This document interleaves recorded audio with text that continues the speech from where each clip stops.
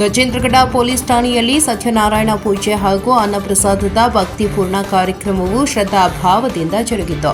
ಸಾರ್ವಜನಿಕರ ಸಹಭಾಗಿತ್ವದಿಂದ ಕಾರ್ಯಕ್ರಮವು ಮತ್ತಷ್ಟು ಭಕ್ತಿಮಯ ವಾತಾವರಣವನ್ನು ಹೊಂದಿತ್ತು. ಗಜೇಂದ್ರಗಡ ಪೊಲೀಸ್ ಠಾಣೆಯಲ್ಲಿ ಇಂದು ಬೆಳಿಗ್ಗೆ ಸತ್ಯನಾರಾಯಣ ಸ್ವಾಮಿ ಪೂಜೆಯು ವಿಜೃಂಭಣೆಯಿಂದ ನೆರವೇರಿತು. ಠಾಣೆಯ ಅಧಿಕಾರಿಗಳು ಮತ್ತು ಸಿಬ್ಬಂದಿ ಪೂಜೆಯಲ್ಲಿ ಶ್ರದ್ಧಾಭಕ್ತಿಯಿಂದ ಭಾಗವಹಿಸಿದರು. ಪೂಜೆಯ ಬಳಿಕ ಭಕ್ತರಿಗೆ ಅನ್ನಪ್ರಸಾದ ವಿತರಣೆ ನಡೆಯಿತು. ಗಜೇಂದ್ರಗಡದ ಅನೇಕ ಸಾರ್ವಜನಿಕರು ಈ ಧಾರ್ಮಿಕ ಕಾರ್ಯಕ್ರಮದಲ್ಲಿ ಭಾಗಿಯಾಗಿ ದೇವರ ಕೃಪೆ ಪಡೆಯುವ ಭಾಗ್ಯ ಪಡೆದರು. ಈ ಸಂದರ್ಭದಲ್ಲಿ ಪೊಲೀಸ್ ಇಲಾಖೆ ಸಾರ್ವಜನಿಕರೊಂದಿಗೆ ನಿಕಟ ಸಂಪರ್ಕ ಹೊಂದಿ ಸಹಕಾರ ಮತ್ತು ಶ್ರದ್ಧೆ ಮುಂದುವರಿಯುವಂತಹ ಸನ್ನಿವೇಶವನ್ನೇ ನಿರ್ಮಿಸಿತು.